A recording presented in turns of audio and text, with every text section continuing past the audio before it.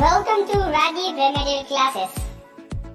आगे बढ़ने से पहले मेरे चैनल को सब्सक्राइब, लाइक एंड शेयर करना ना भूलें। हेलो एवरीवन, आज हम लोग पढ़ेंगे राष्ट्रपति के बारे में। राष्ट्रपति जो होता है संसद के 3 प्रमुख अंगों में से एक अंग होता है, जो सबसे प्रमुख अंग होता है। संसद के 3 प्रमुख अंग राज्यसभा, लोकसभा और राष्ट्रपति होता है। जो सर्वोच्च अंग होता है वो राष्ट्रपति होता है। तो आज हम लोग राष्ट्रपति के बारे में पढ़ेंगे, जिससे हमारे कॉम्पिटिटिव एग्जाम में बहुत सारे क्वेश्चन आते हैं और इसे हम लोग एक बार अगर पढ़ लेंगे तो इससे बहुत सारे क्वेश्चन हम लोग सॉल्व कर सकते हैं। चलिए शुरू करते हैं। देखिए, राष्ट्रपति जो होता है वो देश का संवैधानिक प्रधान होता है, यानी संविधान का प्रमुख या प्रधान, अगर मुखिया बोले जाए तो कौन होता है, वो राष्ट्रपति होता है। उसे हम लोग भारत का प्रथम नागरिक कहते हैं। भारत का प्रथम नागरिक कौन होता है, अगर कोई पूछे तो हम लोग बोल सकते हैं कि भारत का प्रथम नागरिक जो होता है वो राष्ट्रपति होता है। राष्ट्रपति पद की व्यवस्था जो है संविधान में अनुच्छेद 52 के तहत की गई। अनुच्छेद 52 के तहत एक पद होगा जिसका नाम होगा राष्ट्रपति। अब राष्ट्रपति जो होगा उसके निर्वाचन की व्यवस्था होगी, वो अनुच्छेद 54 के तहत जो राष्ट्रपति पद होगा उसके निर्वाचन व्यवस्था होगी अनुच्छेद 54 के तहत। राष्ट्रपति के निर्वाचन में राज्यसभा, लोकसभा और राज्य तथा केंद्र शासित प्रदेश के विधानसभा सदस्य को सम्मिलित किया जाता है। ये सभी मिलकर राष्ट्रपति के निर्वाचन प्रक्रिया में भाग लेते हैं। जो राष्ट्रपति हमारे भारत में जो राष्ट्रपति कोई भी आदमी राष्ट्रपति के निर्वाचन के लिए, यानी राष्ट्रपति का जो निर्वाचन प्रक्रिया होगा उसमें जो होता है राज्यसभा, लोकसभा और राज्य तथा केंद्र शासित प्रदेश के विधानसभा सदस्य को सम्मिलित किया जाता है। इसमें केंद्र शासित प्रदेश में पुद्दुचेरी और दिल्ली 2 ऐसे केंद्र शासित प्रदेश हैं। विधानसभा सदस्य इसमें भाग लेते हैं। राष्ट्रपति के निर्वाचक मंडल में 50 सदस्य जो होते हैं वो प्रस्तावक होते हैं और 50 जो होते हैं अनुमोदक होते हैं। 50 सदस्य क्या होते हैं, वो प्रस्तावक होते हैं और 50 क्या होते हैं, अनुमोदक होते हैं। राष्ट्रपति के निर्वाचन की प्रक्रिया जो होती है वह एकल संक्रमणीय पद्धति और समानुपातिक प्रतिनिधि प्रणाली द्वारा, यानी राष्ट्रपति का जो निर्वाचन होता है वह एकल संक्रमणीय पद्धति और समानुपातिक प्रतिनिधि प्रणाली द्वारा किया जाता है। अब हम लोग देखेंगे कि राष्ट्रपति जो कोई बनेगा उसकी योग्यता क्या होनी चाहिए। उसे सबसे पहले भारत का नागरिक होना चाहिए और वह 35 वर्ष की आयु पूरा कर चुका हो। चुनाव के समय वो कोई भी लाभान्वित पद पे न रहे। अगर कोई व्यक्ति राष्ट्रपति बनना चाहता है, अगर किसी भी लाभान्वित पद पे है, चाहे वो सांसद हो या विधायक हो, तो उसे उस समय उस पद को त्यागना पड़ेगा। लोकसभा का सदस्य एक और उसका योग्यता है कि उसे लोकसभा का सदस्य निर्वाचित किए जाने योग्य हो। राष्ट्रपति का जो वेतन होता है वह आयकर से मुक्त होता है, यानी उनका वेतन में किसी तरह की कटौती नहीं की जा सकती है। उन्हें निःशुल्क आवास दिया जाता है और राष्ट्रपति जो होता है एक व्यक्ति जितनी बार चाहे उतनी बार राष्ट्रपति पद पे वह निर्वाचित हो सकता है। कोई व्यक्ति के लिए कोई मतलब समय निर्धारित नहीं है वो कितनी बार राष्ट्रपति बने। एक व्यक्ति चाहे जितनी बार चाहे उतनी बार राष्ट्रपति हो सकता है। राष्ट्रपति का जो कार्यकाल होता है वो 5 वर्ष का होता है। राष्ट्रपति का जो कार्यकाल होता है वो 5 वर्ष का होता है। राष्ट्रपति मुख्य न्यायाधीश के समक्ष, राष्ट्रपति जो होता है मुख्य न्यायाधीश के समक्ष, सुप्रीम कोर्ट के मुख्य न्यायाधीश के समक्ष क्या करते हैं, शपथ लेता है। राष्ट्रपति की जो वार्षिक पेंशन होती है वह 9 लाख रुपया होती है। और राष्ट्रपति अगर किसी कारण त्यागपत्र देता है तो उसे अपना त्यागपत्र उपराष्ट्रपति के समक्ष देना पड़ेगा। अगर किसी कारणवश राष्ट्रपति की पद की रिक्ति हो जाती है तो 6 महीने के अंदर उस पद को भरना अनिवार्य होता है। राष्ट्रपति तीनों सेनाओं का प्रमुख होता है। अगर कोई पूछे कि तीनों सेनाओं का, अगर एग्जाम में क्वेश्चन आए कि तीनों सेनाओं का प्रमुख कौन होता है, तो हम लोग बोलेंगे कि राष्ट्रपति जो होता है वो तीनों सेनाओं का प्रमुख होता है।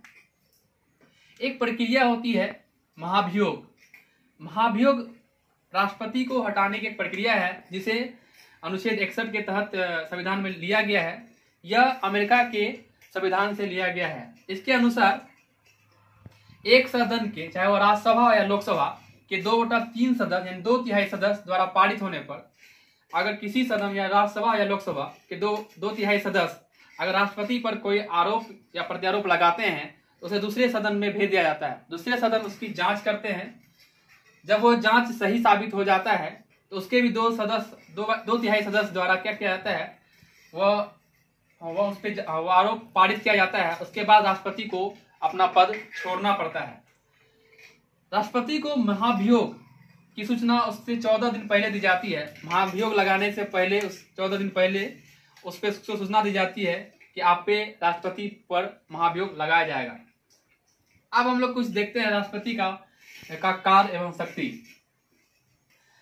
राष्ट्रपति का जो सबसे महत्वपूर्ण कार्य और अधिकार दिया गया है वह प्रधानमंत्री, मंत्रिपरिषद, जो प्रधानमंत्री के सलाह से मंत्रिपरिषद, सर्वोच्च न्यायालय के मुख्य न्यायाधीश, उच्च न्यायालय के न्यायाधीश, नियंत्रण एवं महालेखा परीक्षक जिसे सीएजी बोलते हैं, राज्य के राज्यपाल, मुख्य चुनाव आयुक्त, महान्यायवादी, राजदूत आदि का जो नियुक्ति करता है, उस नियुक्ति का अधिकार राष्ट्रपति को ही दिया गया है। इन सभी की नियुक्ति राष्ट्रपति ही करते हैं।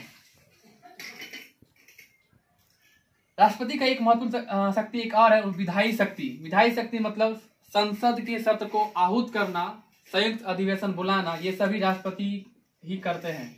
राष्ट्रपति संसद द्वारा किसी भी पारित विधेयक को वो अनुमोदन, राष्ट्रपति के द्वारा ही जो संसद में कोई विधेयक पारित होता है तो वह राष्ट्रपति के अनुमोदन के बाद वह कानून बन जाता है।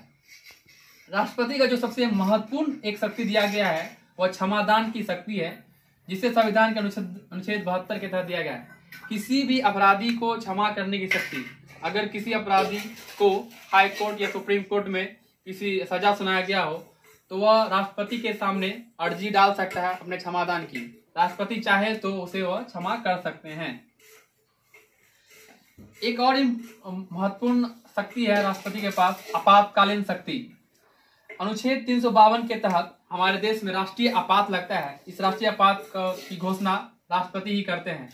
राष्ट्रीय आपात देश में आंतरिक अशांति और विदेशों से युद्ध के कारण जो होता है हमारे देश में राष्ट्रीय आपात लगता है। अभी सबसे पहली बार हमारे देश में एक राष्ट्रीय आपात लगा था भारत चीन और भारत पाकिस्तान के युद्ध के समय।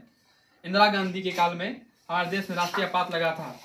यानी राष्ट्रीय आपात लगाने की शक्ति जो है वो राष्ट्रपति के पास ही है। दूसरा होता है अनुच्छेद 356 जो होता है राष्ट्रपति शासन।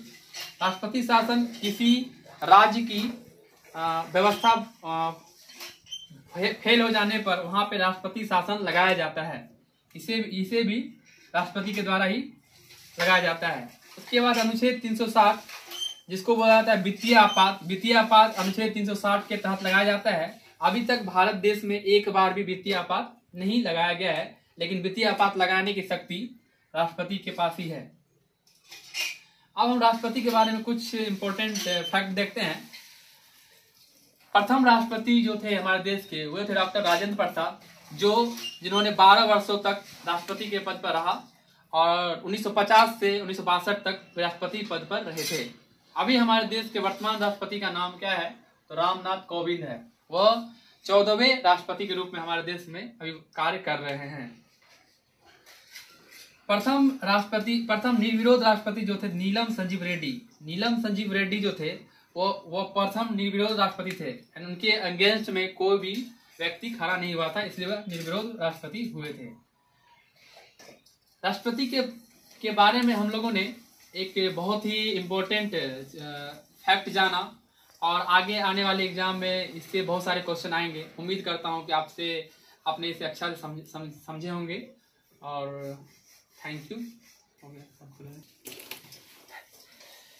मेरा एक छोटा सा प्रयास है कि मैं आप लोगों को वीडियो के माध्यम से कुछ महत्वपूर्ण चीज़ें दूं जो आने वाले कॉम्पिटिटिव एग्जाम में बहुत ही इम्पोर्टेंट होंगे।